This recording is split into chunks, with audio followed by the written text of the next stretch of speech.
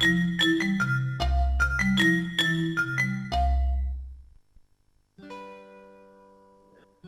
Parc Natural de l'Albufera de Mallorca no és només obert a la ciència.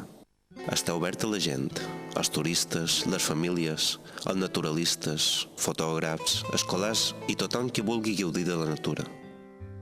Cada any passen unes 120.000 persones pel parc. El número de visitants va créixer de forma espectacular als inicis del parc i ara s'ha estabilitzat. De més un 80% procedeix de l'estranger, especialment d'Alemanya i del Regne Unit. Per fer la visita més interessant i profitosa, es disposa d'un nou centre de recepció, una exposició permanent, un conjunt d'itineraris, aguaits, punts i torres d'observació, personal dedicat a la informació i l'educació i publicacions en diverses llengües. Un col·lectiu al qual es dedica una atenció preferent són els escolars. En el marc dels programes educatius del parc, els educadors realitzen itineraris per uns 4.000 estudiants cada any. Per a tot el públic s'organitzen activitats, com visites guiades, diades de portes obertes, observació d'ocells, projeccions, demostració d'usos tradicionals, etc. Amb totes aquestes activitats es pretén que es conegui millor la flora i la fauna de l'Albufera, la seva història, les tradicions, etc. I també que es comprengui les actuacions de gestió i la necessitat de comportar-se de forma respectuosa amb el medi. Els visitants han de seguir unes normes mínimes per no destorbar la flora i la fauna ni molestar altres visitants, com per exemple respectar l'horari, accedir a l'interior del parc només a peu o en bicicleta, passejar en silenci pels itineraris senyalitzats, no recollir plantes ni animals, etc. Les persones que ho desitgen poden implicar-se més en la conservació, participant com a voluntaris en els camps de voluntariat i altres activitats. El parc facilita formació i suport a les tasques que els diversos grups realitzen d'acord amb les necessitats de la gestió.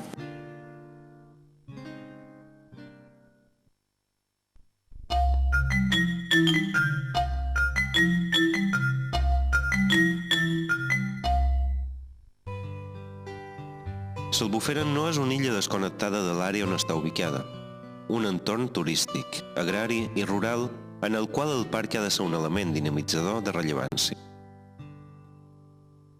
L'atractiu turístic de l'Albufera ha estat un dels factors amb majors repercussions socioeconòmiques, ja que la revalorització de la zona contribueix a l'arribada d'un turisme de major qualitat.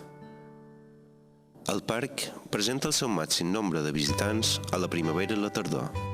Per això, ha contribuït també a la desestacionalització. La implicació de les poblacions veïnes en el procés de conservació de l'Albufera és objecte d'atenció preferent. Amb els ajuntaments de Mura i Sa Pobla, les entitats de lleure, la societat de caçadors, les empreses i associacions de la comarca, es manté una relació continuada per evitar impactes, trobar punts d'acord i fins i tot organitzar activitats conjuntes. Periòdicament, el parc realitza una agenda d'activitats de divulgació i participació especialment adreçada als pobles veïns. El programa educatiu fa especial incidència en els centres escolars de l'entorn immediat, per tal de millorar la percepció i l'estima a l'Albufera entre els qui viuen més a prop.